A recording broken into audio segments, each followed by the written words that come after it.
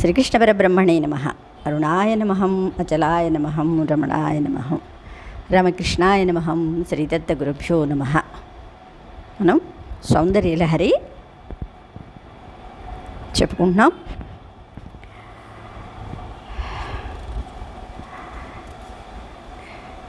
ఈరోజు 8-9 శ్లోకాలు చెప్పుకుందాం.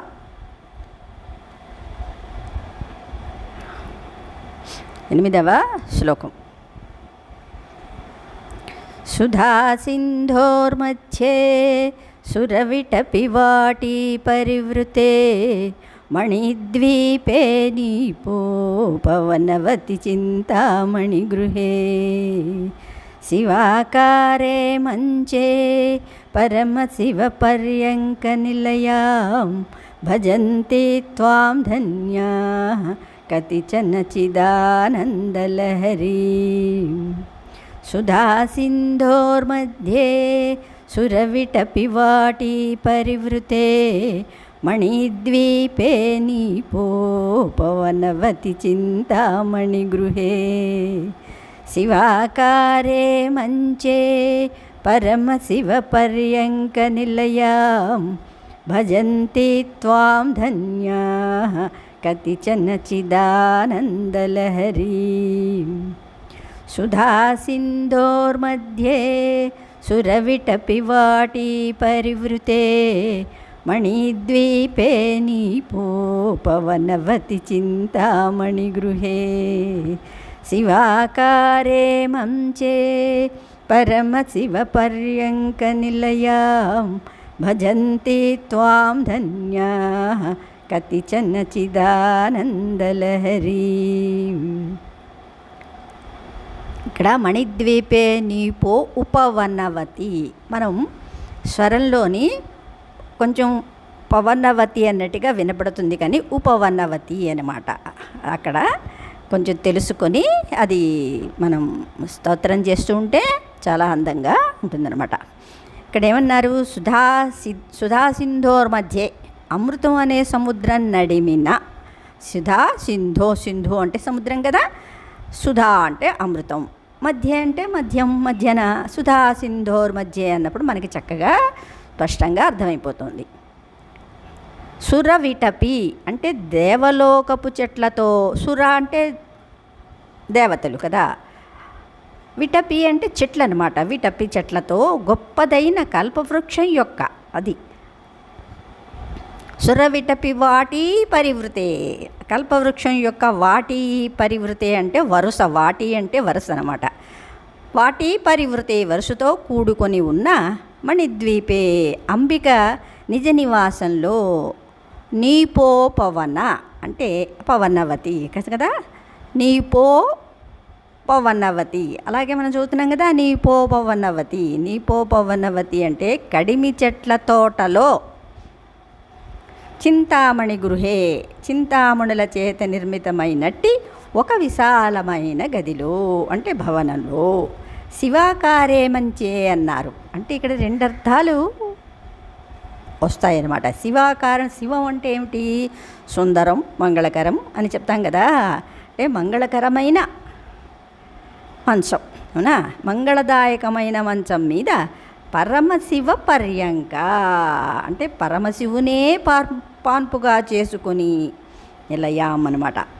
చిదానందలహరీ దివ్య జ్ఞాన రూపిణీవైనట్టి త్వాం నిన్ను కతిచన ధన్యాః ఏ కొద్దిమంది ధన్యులో మాత్రమే. కతిచన అంటే కొంతమంది అన్నమాట, కొంతమంది మాత్రమే. కతిచన ధన్యాః కొద్దిమంది ధన్యులు మాత్రమే భజంతి సేవించి పునీతులవుతున్నారు. ఇక్కడ అర్థమైపోయింది కదా. సుధా సింధోర్ మధ్యే సురవిటపి వాటీ పరివృతే మణిద్వీపే నీపోపవనవతి చింతామణి గృహే శివాకారే మంచే పరమశివ పర్యంక నిలయాం భజంతి త్వాం ధన్యాః కతిచన చిదానందలహరీ. ఇప్పుడు మనం ఒక్కొక్క వర్డ్కి అర్థం తెలుసుకుంటే శ్లోకాలు తొందరగా ఈజీగా వస్తాయన్నమాట. అమ్మ అమృతసాగర మధ్యప్రదేశంలో కల్పతరు పరివేషితమైన చింతామణి సదనంలో శివస్వరూపమంచమునందు పరమశివ పర్యంకంపై తేజరిల్లే నిన్ను, చిదానంద లహరివైన నిన్ను ధన్యాత్ములు కొందరు ఆరాధిస్తుంటారు. దీనినే విచారించాలంటే ఎలా జనని?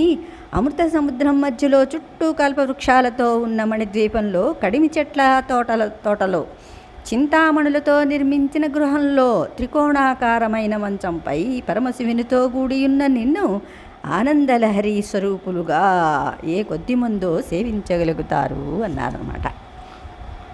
అంటే మణిద్వీపం నవరత్న ప్రాకారావృతం. ఇందు ముక్తాసాలమున కావల అంటే అవతల అనమాట. ఆవల మరకత ప్రాకారము కలదు. ఇది నవరత్న ప్రాకారముల్లో 9వది. ఇది నానా సౌభాగ్యములు కలిగియుండి నానా భోగములు నానా విలాసములు కాలవాలముగా అంటే ఆలవాలముగా ఉండును. ఇక్కడ షట్కోణ మంచము విస్తీర్ణమై పరమేశుని శయ్యాస్థానమై వెలసిల్లుచుండును. దీన్ని ఒక్కొక్క కోణమునందు ఒక్కొక్క దేవతల జంట వెలసియుందురు. ఉత్తర దక్షిణ దిక్కులు తక్కిన 6 దిశలను 6 కోణములు ప్రాకియుండును. తూర్పు నైరుతి వాయువ్య దిశలను ఒక త్రికోణముగాను, ఆగ్నేయ పశ్చిమ ఈశాన్య దిశలను ఒక త్రికోణమునుగాను గీసినచో ఒక షట్కోణం ఏర్పడును.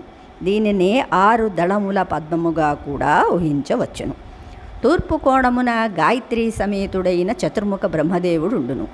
వారిరువురును కూడా రుద్రాక్షమాల దండమును ధరించి 4వ చేతితో అభయముద్రను వహించి ఉందురు. వేదములు వివిధ శాస్త్రములను స్మృతులను పురాణములను మూర్తిమంతములే ఎక్కడ వసించును అన్నారు. అంటే అవి ఎక్కడ మనకేంటి, అవి ఏవో పుస్తకాల్లాగా ఏవో గ్రంథాల్లాగా కనపడవన్నమాట. అవి మూర్తిమంతలే అంటే వాళ్ళు సజీవంగా అక్కడ ఉంటారన్నమాట. మూర్తిమంతముల యొక్క స్వరూపములన్నీ అక్కడ వ్యక్తమై ఉండును. ఇక నైరుతి కోణమున సావిత్రియు విష్ణు విగ్రహములైన మత్స్యకూర్మాదులన్నీయును సావిత్రీమూర్తులన్నీయును అచ్చట మూర్తి భవించి ఉండును. తరువాత వాయుకోణమున సరస్వతియు మహారుద్రుడును ఉందురు. ఇరువురును పరశువును అక్షమాలను ధరించిన వారి పరదా అంటే వరదాభయముద్రలతో కొలువుందురు. వారి రూపభేదములన్నీయు అక్కడనే మూర్తి భవించి ఉండును. చతుష్ట అంటే 64 ఆగమములను ఇతర ఆగమములను మూర్తిమంతములై సేవించుచుండును. ఇక్కడ మూర్తిమంతములు అంటే అర్థం చేసుకుంటారు కదా, స్వరూపంగా అక్కడ ఉంటాయన్నమాట. ఆగ్నేయ కోణమున కుబేరుడు రత్నకుంభమును మణిపేటికను హస్తములందు ధరించిన వాడై మహాలక్ష్మి సమేతుడై ఉండును. పశ్చిమ కోణమున రతితో గూడి మన్మధుడు పాశాంకుశ ధనుర్బాణహస్తుడై విరాజిల్లుచుండును. అచ్చట సర్పశృంగారములను మూర్తిమంతములై సదా సన్నిహితముగా ఉండును. ఈ ఈశాన్య కోణమున పుష్టి అను స్త్రీ దేవతతో కూడి ప్రసన్నవదనుడై మోదక పాశాంకుశములను ధరించి విఘ్నేశ్వరుడు ఉండును. గణేశుని విభూతులన్నయు ఇచటనే మహేశ్వర్య సంపన్నములై నివసించును. ఈ షట్కోణములలో విరాజమానమగుచున్న బ్రహ్మాది దేవతామూర్తులు ప్రతి బ్రహ్మాండమునందలే ఆయా దేవతామూర్తుల సమిష్టి రూపులు అన్నారు. అంటే బ్రహ్మాండాలు ఎన్నో ఉన్నాయి కదా, అవునా? అంటే ఎంతమందో విష్ణువులు, ఎంతమందో బ్రహ్మలు, ఎంతమందో శివులు ఉన్నారు. వాళ్ళందరికీ అధిదేవత ఎవరు? పరమేశ్వరి, అవునా? పరమేశ్వరు వల్లే ఈ సృష్టి జరిగిందని మనకు తెలుస్తోంది కదా. అందుకని వాళ్ళందరూ ఆయా లోకాల్లో వ్యష్టిగా ఉంటే ఇక్కడ సమిష్టి రూపంతో ఇక్కడ ఉన్నారన్నమాట. అంటే అందరూ బ్రహ్మలే కలిపి ఒక బ్రహ్మ అమ్మ దగ్గర ఉన్నారు. అలా అన్నమాట. అందరూ దేవతలు కలిసి ఒక దేవతా రూపంలో ఇక్కడ మనకి ప్రత్యక్షమవుతారు తల్లి దగ్గర అన్నమాట. అది మూర్తులు సమిష్టి రూపులు. వీరందరూ జగదీశ్వరి సేవించుచు కొలువుదీరి ఉందురు. ఈ ప్రాకారములోని దేవతల జంటలు మిథునములు అంటే భార్యాభర్తలు కారని తెలియనగును. మనం చెప్తున్నప్పుడు తెలుస్తోంది కదా మీకు, వీళ్ళెవరూ కూడా భార్యాభర్తలు కాదు. మహామరకత ప్రకారమున కవతల ప్రవాళశాల కలదు. అది కుంకుమారుణవర్ణముతో మరియుచుండును. ఈ మధ్యభూమిలో పంచభూతముల స్వామినులగు హృల్లేఖ గగన రక్త కరావళి మహేచుష్మయను వారు పాశాంకుశ వరదాభయ హస్తులై అమిత భూషణులై దేవీ సమానమైన నవయవ్వనమును వేషభూషణములను కలిగి గర్వితులేయుందురు అన్నారు. అంటే ఇక్కడ గర్వమనగా పొగరు కాదు, ప్రౌఢ. అంటే మనం చెప్పుకున్న దేవతలు ఎప్పుడూ కూడా యవ్వనంలోనే ఉంటారు, దాన్నే ప్రౌఢ అన్నారన్నమాట అని గ్రహించాలి. ఇది చివరిది 18వ ప్రాకారము, అంటే రత్న ప్రాకారములతో 10వది. ఇది నవరత్నములన్నింటిలోనూ నిర్మితమై ఉండును.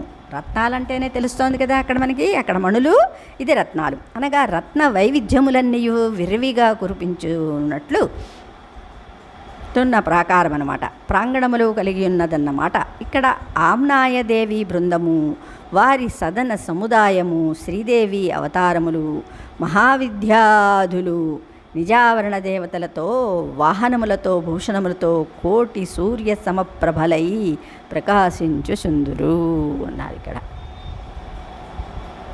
అంటే మొత్తం సృష్టి అంతా 14 లోకాల్లో 14 భువనాల్లో ఉన్న వాళ్ళందరూ కూడా ఎన్నో బ్రహ్మాండాలు, అన్ని బ్రహ్మాండాలు కలిపి కూడా అక్కడ వెలసి ఉన్నాయి అంటే ఒకే చోట పరబ్రహ్మము మూర్తిభవించి ఉంది.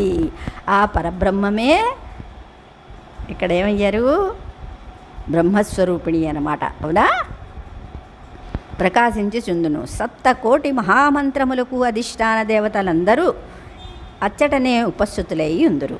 ఈ 18 ప్రకారముల వర్ణన కానీ, వాటి విస్తీర్ణము కానీ, విభవము కానీ కలమునకు అందనిది అని తెలియవలెను. అంటే కళానికి అందది, దీన్ని ఎవరు కూడా రచించడానికి శక్యం కానిది అంటారు. అంటే దీన్ని రచనని ఎవరు చేయలేరు, వ్యాసమహాములంతటి వారికే సాధ్యం కానిది మామూలు మనుషులకు అవుతుందండి చెప్పడానికి. ఎంతని చెప్తారు అంటే ప్రకృతి అంతా కూడా, బ్రహ్మాండం అంతా కూడా అక్కడే ఉందని చెప్పాలి, అవునా అని తెలియను. అయినను వ్యాస భగవానులు తమ తపశ్శక్తిని కూడగట్టుకుని వివరములను విశదీకరించి ఉన్నారు. దాన్ని అంచనా వేయుటకు కానీ, అర్థము చేసుకున్నట్టుకు కానీ మానవ మస్తిష్కము చాలదు. ఇది ఇట్లుండా ఇకపై రాబోవునది చింతామణి గృహవర్ణన, సాక్షాత్ శ్రీ లలితాంబిక నివాస గృహము. అది ఎంత అద్భుతంగా ఉంటుందో కదా అన్నారు. అందుకనే పరమాత్మని కవిం పురాణమనుశాసితారం అణోరణీయాంశమనుస్మరేధ్య సర్వస్వధాతారమచింత్య రూపం ఆదిత్యవర్ణం తమసః పరస్తాత్ అన్నారు. అంటే సూర్యచంద్రులు కూడా ఆవల సూర్యుని ప్రకాశం ఎలాగా, అలాంటిది సహస్రకోటి సూర్యుల ప్రకాశాన్ని కూడా, ప్రకాశానికి కూడా ప్రకాశాన్నిచ్చే వెలుగనమాట పరబ్రహ్మం. ఆ పరబ్రహ్మమే పరబ్రహ్మణి కదా. మరి అక్కడ ఎంత ప్రకాశం ఉంటుంది. అందుకనే లోకంబులు లోకేశులు లోకస్తులు దిగిన తుది అలోకం చీకటి కవ్వలనివ్వడే కాకృతిన్ వెలుగు అతనేను తింతును అని గజేంద్ర మోక్షంలో చెప్పారు. ఎందుకంటే ఈ లోకాలన్నీ కూడా దాటిపోవాలి, చీకటి కవ్వల అన్నారు. అంటే ఇదంతా చీకటే, ఇదంతా మాయ. అవునా, 14 లోకాలు కూడా మాయతో ఆక్రమించి. ఏమిటండి మాయా? త్రిగుణాత్మకం కదా అన్న. 14 లోకాలు కూడా త్రిగుణాత్మకమే. త్రిగుణాన్ని దాటేక అమ్మవారు అక్కడ ప్రకాశిస్తూ ఉంటుందన్నమాట సత్యగుణంతో. ఆవిడ లోకాల్ని సృష్టించాలి అనుకుని వచ్చినప్పుడు ఈ 14 లోకాలు సృష్టించబడ్డాయి. కానీ ఆవిడ మళ్ళీ విడిగా ఉంటుంది కదా. ఆవిడ ఎక్కడ ఉంటుంది? పరబ్రహ్మములోనే ఉంటుంది ఆవిడ. పరబ్రహ్మము బ్రహ్మణి వేరు కాదు. ఇది కూడా తర్వాత మెల్లిమెల్లిగా నీకు చెప్తారన్నమాట. ఈ చింతామణి గృహపు ప్రకాశం ఎట్టిదనగా కోటి సూర్యచంద్రులను విద్యుత్ కోటియు అగ్నికోటులను కలిసి భాషించినచో ఆ ప్రకాశపు కోటి భాగములోను కోటి భాగముతో కూడా సరితూగనేరవు అన్నారు. అంటే ఎంత ఉజ్వలం దేదీప్యమానంగా ఉంటుందో అది మనకి. అందుకనే ఈ కంటితోటి మనం చూడలేము అని కృష్ణయ్య చెప్పారు కదా, దివ్యం దదామితే చక్షుం. అందుకనే నీకు దివ్యమైన చక్షునిస్తున్నాను అన్నారు. అంటే అంతర్దృష్టి, అంతర్దృష్టికి మాత్రమే పరమాత్మ కానీ అమ్మవారు కానీ, ఆజ్ఞాచక్రంలో అమ్మవారి నివాస స్థానం ఆవిడదే అనమాట. ఆ రాజ్యం అక్కడ ఉంటుందన్నమాట ఆ తల్లి. అవునా? ఒక్కొక్క చోట పగడపు కాంతి, ఒక్కొక్క చోట మరకత ఛవి, ఒక్కొక్క చోట కోటి మెరుపు తీగల ప్రకాశము, ఒక చోట నీలమణి ప్రభ, వేరొక చోట మాణిక్య సంకాసము. ఇట్టి కాంతులతో దిక్కుల అంచులు దగదగా మెరుగుచుండును. మరికొన్ని చోట్ల దావానల ప్రభవలే, కాంచన ప్రభవలే, చంద్రకాంతి శిలా సమకాంతితో, ఒక చోట సూర్యుడు కక్కిన వెలుగువలే వెలిగిపోవుచుండును. అచ్చటి శృంగములు, ప్రాకార గోపురములు, కాంతి జ్వాలలు విరజిమ్ము రత్నమయములు అన్నారు. ఊహించుకోండి ఇదంతా. అందుకనే భవానీ భావనాగమ్య భవారణ్య కుఠారిక అన్నారు. ఈవిడ భావనాగమ్య అంటే మనస్సుతోటి మనం ఎంతైనా ఏమైనా సృష్టించుకోవచ్చు కదా. మనస్సే ఆ తల్లి కదా. కానీ దానితోటే, మనస్సుతోటే బంధము, మనస్సే మోక్షము అన్నారు. అందుకనే భావనాగమ్య అంటే ఇక్కడ బంధము. మనస్సు చంచలం, మనస్సు ప్రవర్తిస్తున్నంత వరకు మనకి జీవుడికి బంధమే. ఎప్పుడైతే అది భవారణ్య కుఠారిగా అయిందో, ఈ భవారణ్యాన్ని ఆవిడ తొలగిస్తుంది. దేనితోటి? కుఠారిక, గొడ్డలి. ఎందుకంటే భావన లేని స్థితిలోకి వెళితే ముక్తి కదా, అది చెప్పారన్నమాట. అందుకనే అదే దానికి అర్థం అన్నమాట. అది మనం బాహ్యకంగా ఎంత పూజ చేయగలవండి? అదే మానసికంగా ఒక 5 నిమిషాలు కూర్చొని మానసికంగా తల్లిని తలుచుకొని, ఏమీ అక్కర్లేదు కదా. బాహ్యంగా అయితే బోళ్ళు కావాలి. మానసికంగా ఆవిడికి మెడలోని రత్నాల హారాన్ని వేయాలనుకోండి, అదే పగడాల హారాన్ని వేయాలనుకోండి, మందార పువ్వులతో వేయచ్చు. ముత్యాల హారాన్ని మల్లెపూలతో వేయచ్చు. పచ్చని వడ్డాణాన్ని చామతులతో కట్టచ్చు. అవునా? ఆ యొక్క సిగలో పెద్ద పెద్ద పువ్వులు అంటారు కదా. అవునా? దాంట్లో ఎన్ని రకాల మొగలి పువ్వులు ఉన్నాయండి. సంపెంగ, మొగలి, కమలాలు, ఇవన్నీ కూడా మనం ఆవిడికి శృంగారం చేయొచ్చు అన్నమాట కదా. దీనికి ఒక పైసా ఏమైనా ఖర్చుందా? లేదు కదా. అంటే బాహ్యంగా చెయ్యండి, వద్దని చెప్పటం లేదు. కానీ తల్లికి బాహ్యంగా ఒక చిన్న దీపం పెట్టి ఆంతరికంగా మీరు ఎంతసేపు అయినా సరే చేయవచ్చు. అంటే బాహ్య పూజ కంటే కూడా అంతర పూజకి చాలా 1000 రెట్లు పుణ్యఫలం ఉంటుంది అని చెప్తారన్నమాట. ఎందుకంటే ఇక్కడ నీ మనస్సుతోనే నువ్వు ఉన్నావు. బాహ్యంగా అయితే ఏవో ఎన్ని చాలా పిండి వంటలు చెయ్యాలి, పొద్దున్నే లేవాలి, పిల్లలు స్కూల్ ఉంటే వాళ్ళందరికీ క్యారేజీలు కట్టి పంపించాలి, భర్తను ఆఫీస్కి పంపించాలి, తర్వాత మీరు మళ్ళీ స్నానం చేయాలనుకుంటారు, మళ్ళీ ఇవి పిండి వంటలన్నీ తయారు చేయాలి, అమ్మవారిని తయారు చేయాలి, తర్వాత తాను శృంగారం అవ్వాలి కదా. అవునా? ఆ శృంగారానికి ఏ పట్టు చీర, ఆ పట్టు చీర మీదకి ఏది మ్యాచింగు, ఆ మ్యాచింగ్కి ఏవి గాజులు, వీటితోటే కాలక్షేమం. తర్వాత ఎవరెవరిని పిలవాలి, ఎంత హంగామా చెయ్యాలి. మరి మీ మనస్సాంతా ఎక్కడుందండి కదా. అందుకని బాహ్య పూజ కంటే కూడా అంతఃపూజ. దానికి చిన్న మట్టితో చేసిన లక్ష్మీదేవిని అక్కడ పెట్టుకొని చిన్న దీపం పెట్టి, మీకు మీ ఇంట్లో సహజంగా పూసినవి, అవునా, దాని వాసన పోకూడదు. ఇప్పుడు పిండి వంటలు మనం చేస్తున్నప్పుడు ఆల్రెడీ మనం వాసన చూసేసాము వాటిని. చూడండి, వంట చేసేవాడికి ఆకలి ఉండదు. ఎందుకు ఉండదండి? ఆస్వాదించేశాడు వాడు, అందుకని ఆకలి ఉండదు. అలాగే ఫస్ట్ అంతా ఎంగిలే అన్నారు శివయ్య. సృష్టిలోని ఎంగిలి కానిదంటూ ఏదీ లేదు. అలాగా అలా అనుకుంటే మనం పూజ ఎలా చేస్తామండి అని మీరు అనుకోవచ్చు. అందుకని ముక్కు గుడ్డ కట్టుకున్నా సరే అది వెళ్ళిపోతుంది కదా వాసన. అంటే ఆల్రెడీ అమ్మవారు ఎక్కడుంది? మన హృదయమే.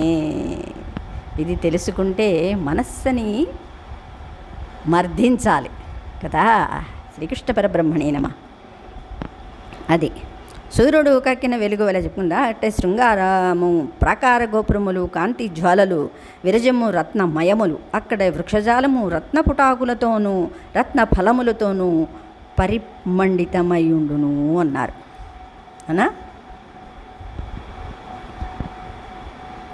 నృత్యన్మయూర సంఘైశ్చ కపోతరిణీతోజ్వలం కోకిలా కాకలీలాపై సుకలాపైశ్చ శోభితం అన్నారు. అంటే ఆ వనవాటికలు నర్తించు మయూరముల చేతను కపోతతరణీతము చేతను మృదు మధురమైన కోకిలారావము చేతను సుఖాలాపము చేతను శోభించుచుండును.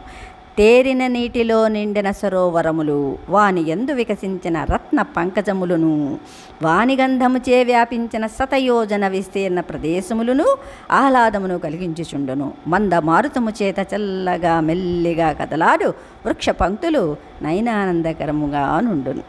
చింతామణి సమూహానాం జ్యోతిషా వితతాంబరం రత్నప్రభాభిరభితో ధగద్ధగిత దిక్కటం అన్నారు. చింతామణి సమూహముల జ్యోతిస్సుచే అతి వ్యాప్తమైన ఆకాశమును రత్నప్రభలచే దిశలను దగద్ధగాయమానమై ఉండును. వృక్షగంధముల చేతను ధూప సమూహముల చేతను నాసికా ప్రీతి కలుగుచుండును. ఇట్లు ఆ పరిసర ప్రాంతమంతయు పంచేంద్రియములకు పరమ ప్రీతిని పంచిపెట్టుచుండును అన్నారు. చూసారా, ఇంద్రియాలే అంటే మనస్సు భావాలన్నీ వ్యక్తీకరించబడితే ఇంద్రియాలు పనిచేస్తాయి కదా. ఇంద్రియాలన్నీ అక్కడ భావాలతోటి ఇంద్రియాలు అన్నమాట. అవునా, ఇంద్రియాలు ఏంటి మనకి తెలుస్తోంది. స్పర్శ కంటితోటి మనం వాటిని చూస్తున్నాం అంటే మనోనేత్రంతో అక్కడ ఉన్న వాటన్నిటి కూడా మీరు స్పర్శించగలరు, శ్వాసించగలరు, అవునా, రుచి చూడగలరు. ఇవన్నీ కూడా పంచేంద్రియాలకి అంటే పంచ జ్ఞానేంద్రియాలకి వశమైపోతాయి. అందుకనే అమ్మ ఈ సంసారాన్ని దాటనీయకుండా చేస్తుంది. సంసారం అంటే ఏంటండి, ఇవన్నీ ఎక్కడున్నాయండి, ప్రపంచంలో లేవా? అవునా, వీటన్నిటినీ భావాలతోటే కదా మనం అనుభవిస్తున్నాం. అంటే జ్ఞానేంద్రియాలతోటి కర్మేంద్రియాలు పనిచేస్తున్నాయి కదా. జ్ఞానేంద్రియాల్లో ఆ యొక్క విషయం లేకపోతే బాహ్యేంద్రియాలు పనిచేయవు. జ్ఞానేంద్రియానికి నీకు ఆ వాసన తగలలేదనుకోండి, బాహ్యంలో ఉన్న వస్తువు కూడా నీకు వాసన తగలదు. అలాగే విషయవాసన ఇది వినే విషయాలు విషయవాసనలు అంటారన్నమాట.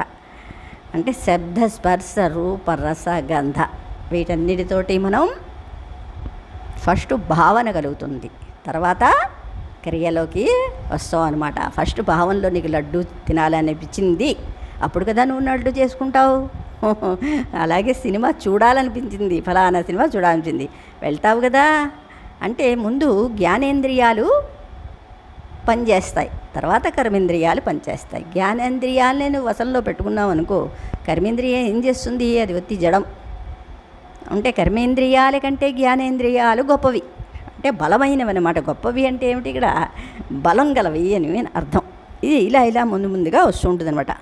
పంచేంద్రియములకు పరమ ప్రీతిని పంచిపెట్టుచుండును. గృహాంతరమున గోడలకు నిండియున్న నిలువుటద్దములు కాంతిని పరావర్తనము చేయంగా మణిమయములైన కిటికీల నుండి వెడలివచ్చు కాంతి కిరణములు దిజ్వోహనములుగా వించుచుండును. ఐశ్వర్యస్య సమగ్రస్య శృంగారస్యాఖిలస్య చ సర్వజ్ఞతాయా సర్వయాస్తేజస సాభిలస్య చ పరాక్రమస్య సర్వస్య సర్వోత్తమగుణస్య చ సకలాయా దయాయాశ్చ సమాప్తిరివా భూపతే అన్నారు. అంటే ఐశ్వర్యమునకు కానీ, సకల శృంగారములకు కానీ, సర్వజ్ఞతకు కానీ, తేజస్సుకు కానీ, పరాక్రమమునకు కానీ, సర్వోత్తమ గుణములకు కానీ, దయకు కానీ పరిసరము పరాకాష్ట అన్నారు. అంటే ఏమిటక్కడ, అక్కడ ఉన్నది ఎక్కడా లేదు. అంటే అక్కడ ఉన్న అనుభవం కలిగాక ఇంకా అలాంటి అనుభవం ఎక్కడా లేదనమాట. అంటే అనుభవాలకి అది పరాకాష్ట అన్నారు. అంటే సృష్టిలో సృష్టిలో ప్రకృతిలో అంతా కూడా అనుభవాలకి పరాకాష్టే కదా. ఇది కాకపోతే ఇంకోటి, ఇంకోటి కాకపోతే ఇంకోటి, ఇంకోటి కాకపోతే ఇంకోటి, అన్నిటినీ కూడా మనస్సు ఆకర్షించుకుంటూ ఉంటుందన్నమాట. అంటే అక్కడ నుంచి కదలడానికి, అంటే సంసారంలోంచి బయటపడడానికి ఎవరైనా ఇష్టపడతారా? ఇష్టపడరు కదా. అలా అన్నమాట. శ్రీకృష్ణ పరబ్రహ్మణం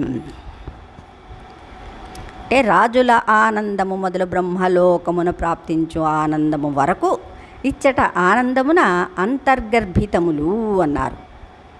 నిర్గుణుడై సగుణస్థితిని పొందిన కామేశ్వరుని యొక్క వామాంకమునందు ఉండునది శ్రీదేవి. ఈ నామము చాలా ప్రశస్తమైనది.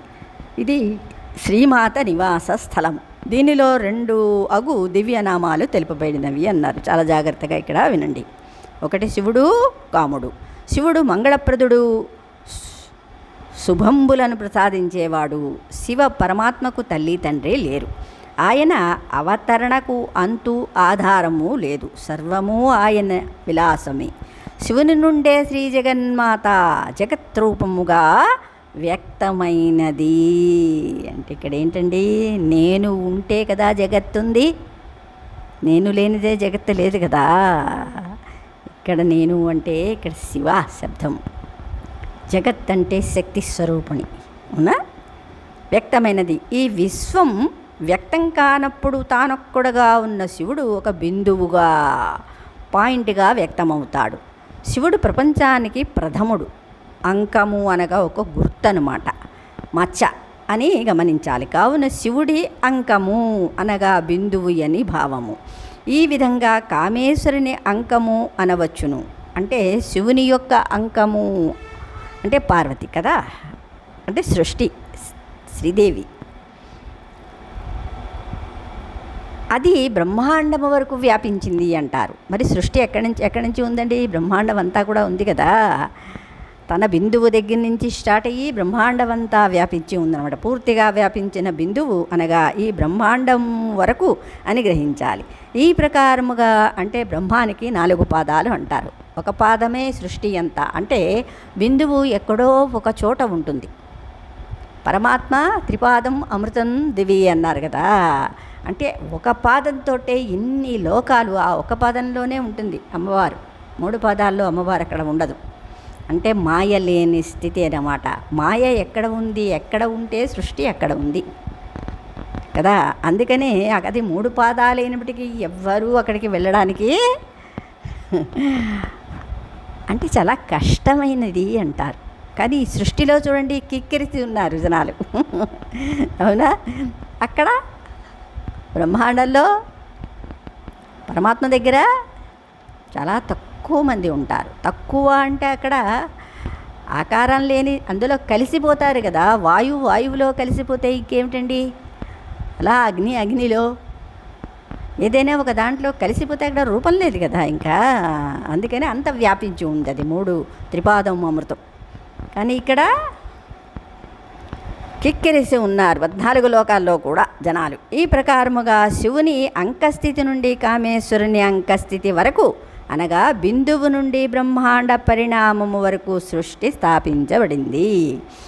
ఈ సువిశాల విశ్వమంతయు అమ్మవారి నుండి ప్రభావమైనదని గ్రహించాలి. శివకామేశ్వర అంకస్థ అన్నారు కదా. అను నామము చాలా ప్రాముఖ్యము వహించి ఉన్నది. ఇది శ్రీమాత నివాస స్థలము. ఈ నామములో శివదేవునికి 2 నామాలు చెప్పబడినవి. ఒకటి శివుడు, 2 కాముడు. శివుడు శంకరుడు మంగళకరుడు, కాముడు కామేశ్వరుడు. ఈ కామేశ్వరుని తొడపైన శ్రీమాత యొక్క నివాసమట. ఇదే సుధాసింధోర్మధ్యే పరమశివ పర్యంక నిలయం అని చెప్పారు.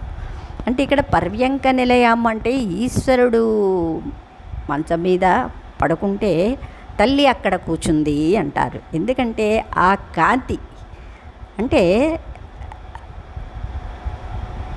ఇప్పుడు చూడండి, చిన్న ఫర్ ఎగ్జాంపుల్ మామూలు పాత చీర కట్టుకోండి. మీకు మామూలుగా ఇంట్లో ఉన్నప్పుడు దాని మీద పెద్దగా మీకు ధ్యాస ఉండదు. అదే పట్టు చీర కట్టుకోండి, పట్టు చీర మీరైపోతారనమాట. అంటే ఆ భావన ఏంటంటే దానికి అంటుకుంటుంది. అలాగే శివపర్యంక అన్నప్పుడు ఆమె శివుడే అయిపోయింది. అంటే శివుని యొక్క భావం అర్ధనారీశ్వరి అయిపోయింది అన్నమాట ఆవిడ కదా. ఆ తేజస్సు అంతా కూడా శివస్వరూపం అయిపోయింది ఆవిడ. అందుకని ఇది మెల్లిమెల్లిగా ఈ శంకరులు చెప్తూ వస్తారన్నమాట. ఇదే కదా సౌందర్యలహరిలో వివరించబడుతుంది. శివకామేశ్వర పదములు ప్రజ్ఞానబోధకములు, అంకస్తగా వర్ణితమైన పరాశక్తియును అటువంటిదియే అగును. అనగా శివునికి శక్తికి భేదము లేదు, అందుచే పరాశక్తికి నామరూపాదులు లేవు అన్నారు. జాగ్రత్తగా ఇది పరిశీలించండి. ఎందుకంటే మనస్సుకి ఒక రూపం ఉందా, గుణాలే అది దానికి రూపం, భావనలే కదా. అంటే సత్వగుణం తమోగుణం రజస్సు, ఈ గుణాల కలయికే మనస్సు. ఆ మనస్సే సృష్టి కదా. గుణాలు లేకపోతే ఈ నేననే భావనే లేదు కదండి. అందుకని ఆ గుణాలతోటి కలిస్తేనే నేను అనేది. అందుకే అన్నారు అహో పురుషిక అని కదా. మెల్లిమెల్లిగా వస్తుంది. రూపాలు లేవు, అయినను స్థూల శరీరధారులైన బండాసుర మహిషాసురులను వధించుటకై కరచరణాది కలితమైన రూపమును పరాశక్తి ధరించింది. అంటే ఆవిడ ఆ రూపంలోనూ నిరూపంగా ఉండగలదు, రూపం కాకుండా ఉండదు. అంటే సగుణ నిర్గుణ. నిర్గుణంలో అంటే ఏంటి? ఇక్కడ ఈ మనస్సు లేని స్థితి నిర్గుణ, మనస్సు ఉన్న స్థితి సగుణ కదా. వాస్తవానికి శ్రీ లలితాంబికా పరాశక్తికి స్థూల సూక్ష్మాది భేదాలు లేవు. అందుచే శివకామేశ్వర పదములకు మంగళకరమైన ప్రజ్ఞానము అనే అర్థమును గ్రహించాలి. దీనికి ఏం చేస్తారంటే, దీనికి చెప్తాం కదా, ఈ విధంగా మంత్రము, తంత్రము, యంత్రము ప్రతి శ్లోకానికి ఉంటుంది. ఇది యొక్క కోరికని బట్టి వాళ్ళు దాన్ని చేసుకోవచ్చు అనమాట. కోరిక లేకుండా చేసుకుంటే ఇంకా మంచిది. ఆవిడ మీకు కావలసిన వరాలన్నీ ఇస్తుంది. అంటే ఈ శ్లోక పారాయణం సామూహికంగా లక్ష పర్యాలు జరిగిస్తే కరవు నివారించబడుతుంది. ఎన్నో శ్లోకం? 8వ శ్లోకం అనమాట. అందుకనే అందరూ కూడా ఒక సామూహికంగా కరువులు వచ్చినప్పుడు, వర్షాలు లేనప్పుడు, ఎండలు బాగా ఉన్నప్పుడు ఇలా పారాయణం చేస్తూ ఉంటే సృష్టి ఏమన్నా సృష్టిలో కొంచెం మార్పులు కలుగుతాయి అన్నమాట. శ్రీకృష్ణ పరబ్రహ్మణే నమః. ఇప్పుడు 9వ శ్లోకం. మహిమూలాధారే కమపి మణిపూరే హుతవహం స్థితం స్వాధిష్టానే హృది మరుతమాకాశముపరి మనోపి భ్రూమధ్యే సకలమపి భిత్వా కులపథం సహస్రారే పద్మే సహరహసి పత్యా విహరసే.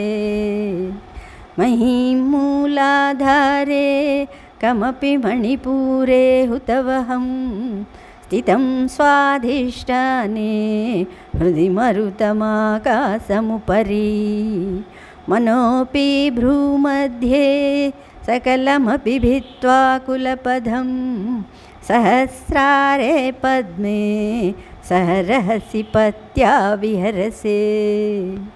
మహిమూలాధారే కమపి మణిపూరే హుతవహం స్థితం స్వాధిష్టానే హృది మరుతమాకాశముపరి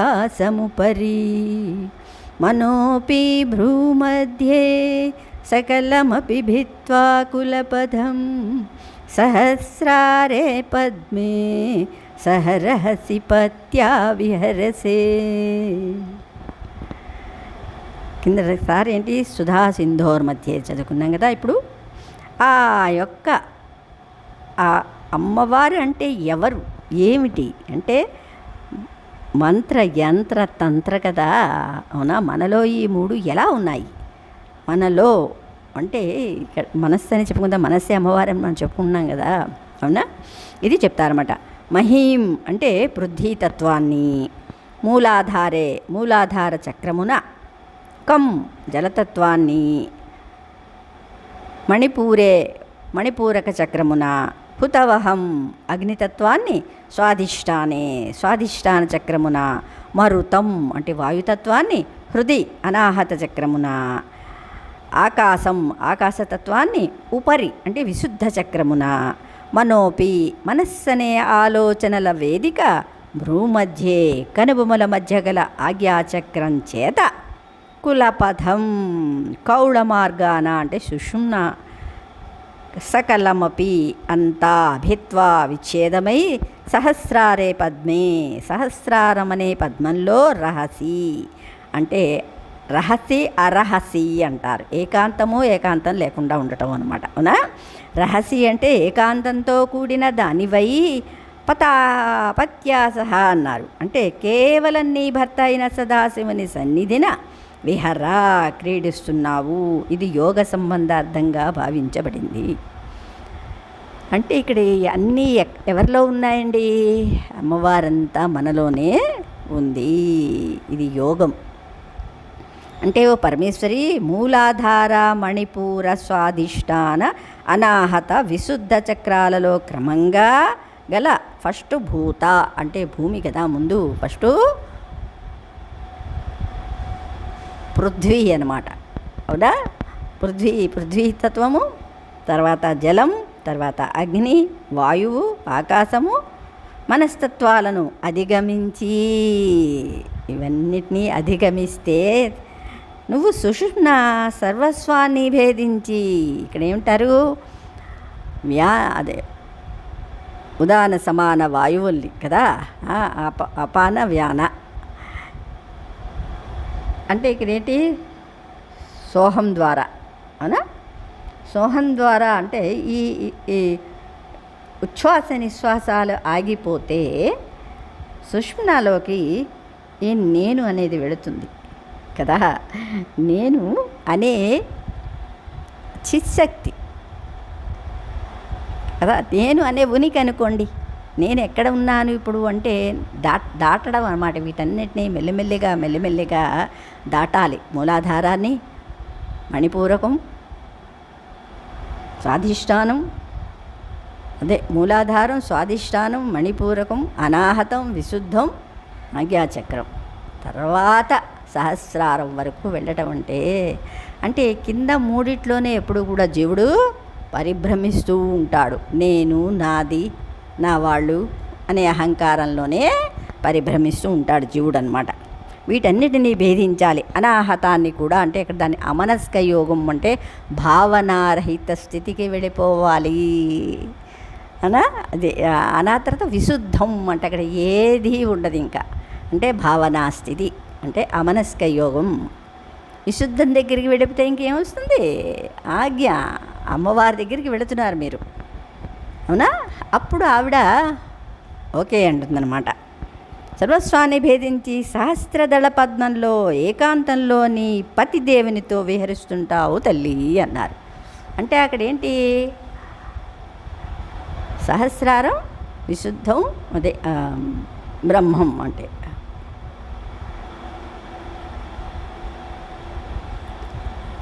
ఆజ్ఞాచక్రం దాటితే ఇంకా బ్రహ్మమే. అవునా? అక్కడ ఆవిడ పతితో విహరిస్తూ ఉంటుంది. అంటే అక్కడ ఏమిటి? అక్కడ రూపం ఉండదు. ఇద్దరూ కలిసి ఒకటేనమాట. బ్రహ్మములోనే బ్రహ్మణి ఉంటుందన్నమాట. అవునా? అలాగా. సరే, ఇక్కడ చక్ర ధ్యానాన్ని గురించి కొంచెం చెప్పుకుందాం. మన జీవితమును ఆనందముగా గడపవలనన్న శ్రీచక్ర ధ్యానము అత్యంత ఆవశ్యకము. మన శరీరమును ఆధారం చేసుకొని కోటాను కోట్ల జీవరాశులు జీవిస్తున్నాయి. ప్రతి అణువు, ప్రతి కణము శ్వాసిస్తున్నది. భూమి మీద ప్రాణి బ్రతకాలంటే సౌరశక్తి ప్రధాన ఆవశ్యకము. మన శరీరమనే విశ్వానికి ఆత్మయే సూర్యుడు కదా. అగ్ని ఎక్కడుందని? అగ్ని పరమేశ్వరుడు మన శరీరంలో 3 రూపాల్లో ఇక్కడ మనని జీవింపజేస్తున్నారు కదా. అహం వైశ్వానరో భూత్వా ప్రాణినాం దేహమాశ్రిత ప్రాణాపాన సమాయుక్తం పచామ్యన్నం చతుర్విధం అని ఒకటి చెప్పారు. అంటే అగ్ని రూపంలోని వైశ్వానుడుగా పరమేశ్వరుడు మన దగ్గర ఉన్నారు. తర్వాత మనస్సే నేనుగా ఉన్నారు ఇక్కడ 2. తర్వాత ఇంకోటి జీవుడిగా ఇక్కడ శివుడిగా ఉన్నాడు కదా,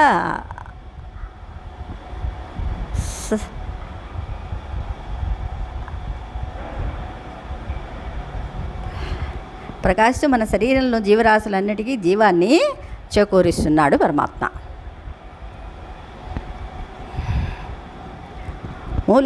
అంటే మనలో నాడీ కేంద్రాలు ఇక్కడ చెప్తున్నారు. ఫస్ట్ మూలాధార చక్రం, ఇది చాలా ఇంపార్టెంట్. మూలాధారము సంస్కృత శబ్దము, అంటే ఆశ్రయమిచ్చేది అనగా మూలమునకు పునాది. అందుకనే మూలాధారం చాలా దృఢంగా ఆరోగ్యంగా ఉండాలి అంటారు. ఈ నాడీ కేంద్రము నేను నాది అనేది అహంకారానికి వేదిక. ఇక్కడి నుంచే ఇక్కడ అన్నీ స్టార్ట్ అవుతాయి అన్నమాట. అవునా? అహంకారాన్ని జయించటమే ఈ చక్రాన్ని జయించటం అవుతుంది. యోగ మార్గంలో ముందుకు సాగాలంటే మొదట అహంకారాన్ని జయించాలి. చక్రస్థానము మలద్వారమునకు 2 అంగుళముల పైకి, గుహ్యద్వారమునకు 2 అంగుళముల క్రింద ఉన్న ప్రదేశంలో ఇది ఉంటుంది. ఆకృతి ఎర్రని రక్తవర్ణంతో ప్రకాశిస్తూ 4 దళములు కలిగిన కమలము వలె ఉంటుంది. ఇదేంటిది? భావనాగమ్య కుఠారిక అన్నాం కదా, భావనతోటి తల్లిని చేరుకోవాలన్నమాట. బాహ్యంగా ఇది మనకి కుదరదు కాబట్టి అక్కడ యంత్రము, మంత్రము, తంత్రము పెట్టారు. ఆంతరికంలో అక్కడ ఏమిటి? ఇది మానస పూజ. మానస పూజ అంటే అక్కడ నువ్వు ఊహించుకోవాలి. ఊహే భావనే అక్కడ నిజమవుతుంది. అక్కడ లోపల భావన ఉంటే కదా బాహ్యంగా మనం వాటిని చేయగలుగుతున్నాము కదా. భావన లేకపోతే మనం కర్మ చెయ్యలేము. అలాగే లోపల కర్మ అంట, అంతఃకర్మ అంటారు దాన్ని. అవునా? కమలే ఉంటుంది. మధ్యలో గల బీజాక్షరము లం. దళములపై బీజాక్షరములు వం, సం, షం, సం 4 అన్నమాట. 4 దళములు. తత్వస్థానము నాలుక. 4 కోణములు కలిగిన పృథ్వీ తత్వము. తత్వబీజ గమనము నల్ల ఏనుగు వలె ఎదురుగా నడుస్తుంది. గుణము వాసన అన్నారు. ఇక్కడ ఏంటంటే మూలాధారం ఏంటంటే వాసనే కదా. అక్కడి నుంచి వచ్చేవన్నీ కూడా వాసనతోనే ఉంటాయి. వాయువు క్రింది వైపునకు వెళ్ళేటటువంటి అపాన వాయువు. జ్ఞానేంద్రియము వాసన చూసే శక్తి గల నాసిక. అంటే ఇక్కడ సూక్ష్మ జ్ఞానేంద్రియాలు, కర్మేంద్రియాలు అంటాం కదా. సూక్ష్మ జ్ఞానేంద్రియము వాసన, స్థూల జ్ఞానేంద్రియము నాసిక, కర్మేంద్రియము పృథ్వీతత్వముతో మలమును విసర్జనం చేసే గుదస్థానము అన్నారు. ఇక్కడ లోకము, భూలోకము, తత్వబీజవాహనము, నల్ల ఏనుగు. సరే, ఇవన్నీ మనకి అనవసరం. ధాతువు ఎముక, అందుకని ఎముక పుష్టి ఇక్కడ లేకపోతే ఏ పని కూడా మనం చెయ్యలేము. మూలాధారం నుంచే కదా అన్నీ కనెక్ట్ అయ్యి ఉంటాయి. అందుకని ఇక్కడ ఎముక. సముద్రము లవణం. లవణం అంటే యూరిన్ కదా. అక్కడి నుంచి ఏమొస్తుంది? యూరిన్ ఏమైనా కమ్మగా తీగా ఉంటుందా? అందుకని సముద్రము లవణము అన్నారు. చక్ర స్వభావములు తన్ను తాను రక్షించుకునే స్వార్థము, భయము, క్రూరమైన ఆక్రమణతత్వము, మృగ మనస్తత్వము. అంటే దాని స్వభావం అది. కానీ దాన్ని జయించాలంటే ఈ నాడీ కేంద్రమును సక్రమంగా కాపాడుకోకపోయినచో కలుగు పరిణామములు ఏమొస్తాయంటే ధాతులోపముతో కూడిన పుండ్లు, దీర్ఘ విరోచనాలు, జంతు విధానమైన సంభోగాకాంక్ష, మానసిక సంబంధమైన సమస్యలు, ఆలోచనలు, పనిలో నిదానము. ఈ లక్షణాలు చాలామందిలో కనపడుతూనే ఉంటాయి. అంటే అక్కడ ఆ చక్రం సరిగ్గా పని చేయటం లేదు అని, మూలాధారం సరిగ్గా పనిచేయటం లేదు అని అర్థం. దానికి ఏం చేయాలో కూడా ఇక్కడ చెప్తారు. ఔషధము శిలాజిత్తు. సరే, కోశం ఏమిటి? దీన్ని అన్నమయ కోశము కదా. ఇదేమిటిది? బాహ్యంగా అన్నమయ కోసమే కదా, బాహ్యంగా కనబడుతుంది కదా, గుదస్థానం అన్నమాట. ఈ చక్రము ఆరోగ్యమైన స్థితిలో ఉన్నవారు బలము కలవారై, అతి శ్రద్ధ కలవారే, నిర్భయులై, ఆత్మనిగ్రహము కలిగి దేనినైనా సాధించగల శక్తి కలవారై ఉంటారు. ఈ చక్రము బలహీనత చెందే కొలది పైన వివరించిన శక్తులు కోల్పోతూ క్రమేణా అనారోగ్యం ప్రారంభమవుతుంది. మొదట ఓర్పు తగ్గుతుంది. ఇతరుల యందు తప్పులు పడుతూ, విమర్శిస్తూ, వారిపై అధికారం చెలాయిస్తూ ఉంటారు. మరికొంతమంది విరక్తి చెందుతూ తమ భావాలను అణిచిపెట్టుకొని ఆదుర్దాన్ని పెంచుకుంటారు. మరికొందరు వారి శక్తిని మించి శ్రమపడి శారీరకముగాను మానసికంగాను విశ్రాంతి లేక ఆందోళనకు గురి అవుతారు. మరికొందరు నిరంకుశ స్వభావము గలవారు ఇతరులు వారి ఆజ్ఞలను పాటించాలని ఆకాంక్షిస్తారు. ఈ చక్రము స్థితి మరింత అదుపు తప్పినప్పుడు శారీరక వ్యాధులు ఉత్పన్నమవుతాయి. ఏమిటి? కీళ్లవాతము, వెన్నుపూస వ్యాధులు, ఎముకలు త్వరగా విరగటం, కురుపులు త్వరగా మానకపోవటం, పెరుగుదల సరిగ్గా లేకపోవటం, ఎలర్జీ, రణకురుపులు, గుండె వ్యాధులు, పెద్ద ప్రేగులు, ఉరుపు, మూల వ్యాధి, పిష్టుల, ఇలాంటివన్నీ క్రమేణా కంటి చూపు కూడా మందగిస్తుంది అన్నారు.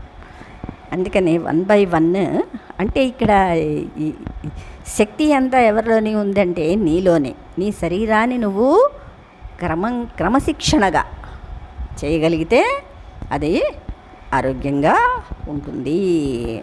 పంచభూతముల్లోని ఇది ఏమిటి? భూమి. సరే, శ్రీకృష్ణ పరబ్రహ్మణ్యం ఎంత అయిందో చూసి నెక్స్ట్ మళ్ళీ దీన్ని మనం కంటిన్యూషన్ చేద్దాం. 46 నిమిషాలు అయిపోయింది. రెండో దాంట్లోని మనం స్వాధిష్టానం దగ్గర నుంచి చెప్పుకుందాం. శ్రీకృష్ణ పరబ్రహ్మణే నమః.